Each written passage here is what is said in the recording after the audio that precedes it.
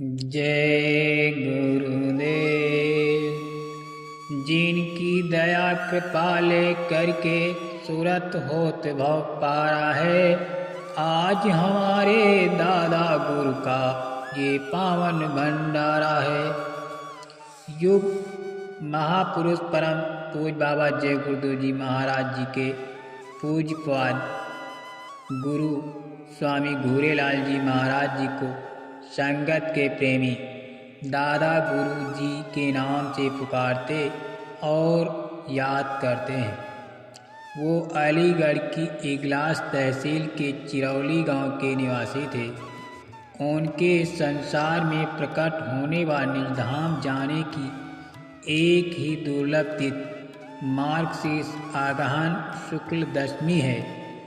उनका अवतरण धराधाम पर विक्रम संवत 1990 में 9 दिसंबर 1883 ईस्वी दिन रविवार को हुआ था। निजधाम गमन विक्रम संवत 2005 में 11 दिसंबर सन 1948 ईस्वी दिन शनिवार को हुआ। दादा गुरु जी की माता का नाम पूजनीय पार्वती देवी तथा पिताजी का नाम पूजनीय भोलानाथ मिश्रा था। दादा गुरु जी की जीवन संगिनी यानी बाबा जय गुरुदेव जी महाराज की गुरु माता का नाम श्रीमती मानवती देवी था। दादा गुरु जी के 3 पुत्र क्रमशः पंडित श्री सुदर्शन शर्मा, श्री महेंद्र शर्मा, श्री सुरेंद्र शर्मा थे। स्वामी घूरेलाल जी शर्मा के बड़े भाई का नाम विष्णु दयाल मिश्र था। बड़े भाई होने के साथ ही वे उनके गुरु भी थे। संक्षिप्त इतिहास इस प्रकार है। विष्णु दयाल मिश्र का जन्म सन 1968 में चिरौली जिला अलीगढ़ में हुआ था। उनमें धर्म आध्यात्म का संस्कार पूर्व से पड़ा था। गुरु की खोज में 25 वर्ष की अवस्था में घर छोड़ दिया। आगरा में राधा स्वामी मत की दूसरी पीढ़ी के जागृत संत स्वामी गरीबदास जी से मुलाकात होते ही उनकी दिव्य शक्ति में आकर्षित हो गए। श्रवण शुक्ल पश्चिमी दिन मंगलवार को नाम उपदेश पाकर धन्य हो गए। कुछ वर्षों में संत गति को प्राप्त हुए। गुरु के प्रति प्रगाढ़ प्रेम और अगाध श्रद्धा के समर्पण भाव से गुरु सेवा में रहकर आगरा में गुरु चरणों में समय गुजारा। एक ऐतिहासिक तथ्य जो स्वामी विष्णु दयाल मिश्रा के साथ जुड़ा हुआ है वो ये है कि उन्होंने हाथरस वाले तुलसी साहब द्वारा रची गई घट रामायण एवं रत्न सागर का हिंदी में शुद्ध अनुवाद कर अपने गुरु स्वामी गरीबदास जी महाराज को दिखाया तो अति प्रसन्न हुए और कहा कि तुम्हारी भक्ति पूरी हुई।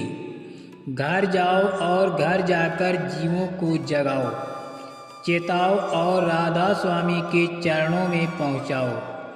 जब बड़े भाई गुरु की खोज में निकल गए तो माता जी ने छोटे पुत्र घूरेलाल जी के साथ चिरौली गांव में रहने लगी।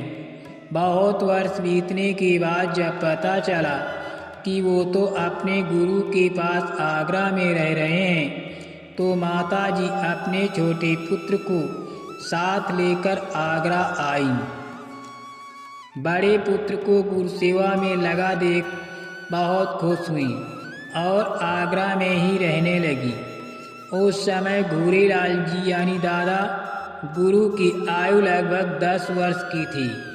स्वामी गरीबदास जी उन्हें अंगुली पकड़कर चलाते, अपने साथ बाहर ले जाते, पारमार्थी विद्या का पूर्ण संस्कार डालते रहे। उस बच्चे में अपना संकल्प जीव कल्याण का धर दिया। जब छोटे भाई के लिए नामदान की चर्चा चली तो स्वामी गरीबदास जी ने कह दिया कि नामदान विष्णु दयाल देंगे। वे इसका नाम राधा स्वामी के प्रेमियों में लिखाएंगे। उन्हें बड़े भाई की तरह नहीं, गुरु की तरह मानना। नाम उपदेश बड़े भाई से दादा गुरु को मिला और जीवन भर स्वामी गरीबदास जी महाराज के वचनों को निभाया। स्वामी गरीबदास जी महाराज प्रायः कहा करते थे कि बच्चा घूरेलाल मेरे स्वामी शिवदयाल जी का काम करेगा। स्वामी विष्णुदयाल शर्मा अलीगढ़ में रहकर सत्संग करते थे। निज धाम जाने के 3 वर्ष पूर्व सत्संग करना बंद कर दिया था।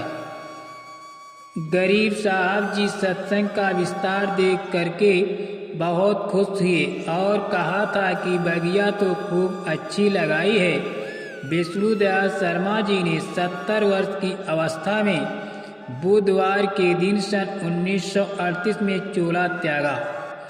उनकी समाधि मोहल्ला नौरंगाबाद निकट चौलापुरी अलीगढ़ उत्तर प्रदेश में बनी हुई है। बाबा जय गुरुदेव जी महाराज के गुरु यानी हमारे दादा गुरु जी ने जब से सत्संग शुरू किया तो बहुत ही चुपचाप दशा में वो अपने को छिपाकर रखना चाहते थे। उनकी उच्च गति व पहुँच की भनक गांव वालों को क्या पड़ोसी तक को नहीं हो पाई। वो यही जानता था कि सीधे साधे पंडित जी हैं, कर्मकांड की पूजा कराते हैं, इसके अलावा और कुछ नहीं जान सका। एक बार गुरुस्वरूप बड़े भाई ने घूरेलाल जी को अपना पुराना जूता पहनने के लिए आदेश दिया। ये उसको सहेज कर बढ़िया से सजा कर रखते, नित्य नमन किया करते थे। लगता था कि मुँह मांगी मुराद मिल गई हो। दादा गुरु जी की शादी पंडित चुन्नीलाल शर्मा की एकलौती बेटी मानवती के साथ हुआ।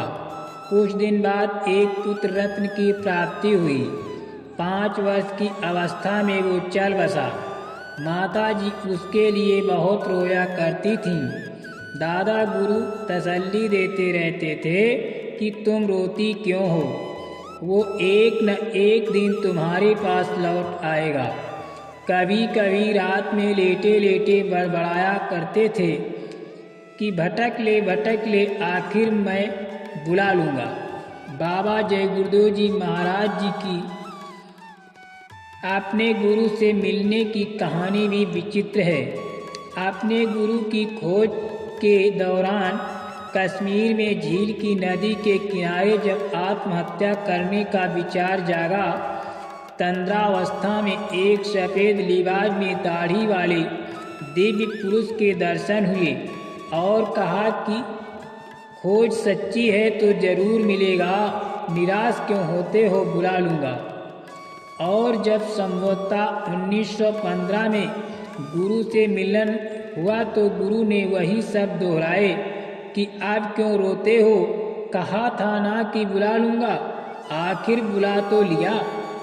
बाबा जय गुरुदेव जैसा आध्यात्मिक सूरज पैदा करके दादा गुरु ने मानव सृष्टि के जीवों का बहुत बड़ा परोपकार किया है।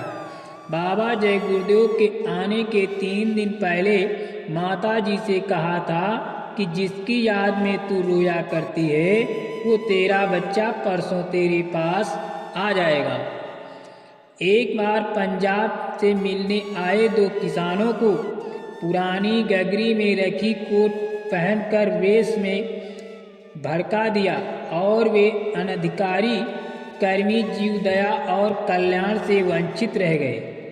बाबा जय गुरुदेव को एक धोती होने की प्रार्थना करने पर दादा गुरु ने बीच से फाड़ कर 2 कर लेने और एक पहनने एक सूखते रहने की हिदायत दी थी। वो प्रायः पैदल चलना पसंद करते थे।